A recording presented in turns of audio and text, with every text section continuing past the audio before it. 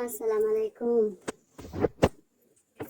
زه غواړم چې نن تاسو ته داسې ووایم چې باید له خپل خاوند سره په کوم ډول باندې کوروالی وکړو چې هغه له مسافرۍ څخه راشي. نو زه خپله خبره درته کوم. زما خاوند چې و یو میاشت مسافري وکړه، 2 میاشتې. نو باور وکړئ زما خاوند پرون شپه کور ته راغی. نو تاسو فکر وکړئ داسې چې ما له خپل خاوند سره په داسې ډول باندې کوروالی وکړو چې هېڅ چا به هم ورسره نه وي کړی.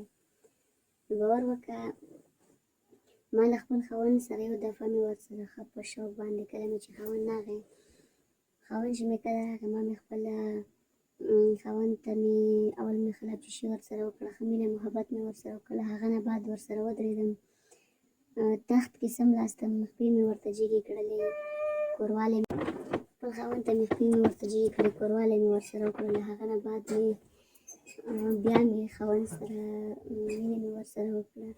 مینه مې چې ورسره وکړه له هغه نه بعد مې یو وخت مې له خاوند په غاړه کې واچوله، بله خوا مې له ملا څخه تاوه کړه او لاسونه چې مې وو په ملا مې ورته وهل.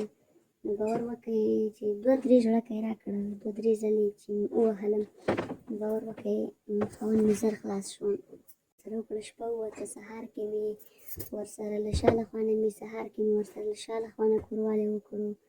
نو یو دفعه مې له شپې ورسره وکړه، یو دفعه مې سهار کې کوروالی ورسره وکړه. باور وکړئ دومره خوند یې کړی دی، دومره خوند چې حد نه لري. نو باید موږ او تاسو یو دفعه له خاوند سره له مخې خوا نه کوروالی وکړو، یو دفعه باید له شا له خوا نه ورسره کوروالی وکړو. نو باور وکړئ داسې کوروالی بیا ډېر خوند کوي او ډېره مزه کوي. نو دا وه زموږ د نن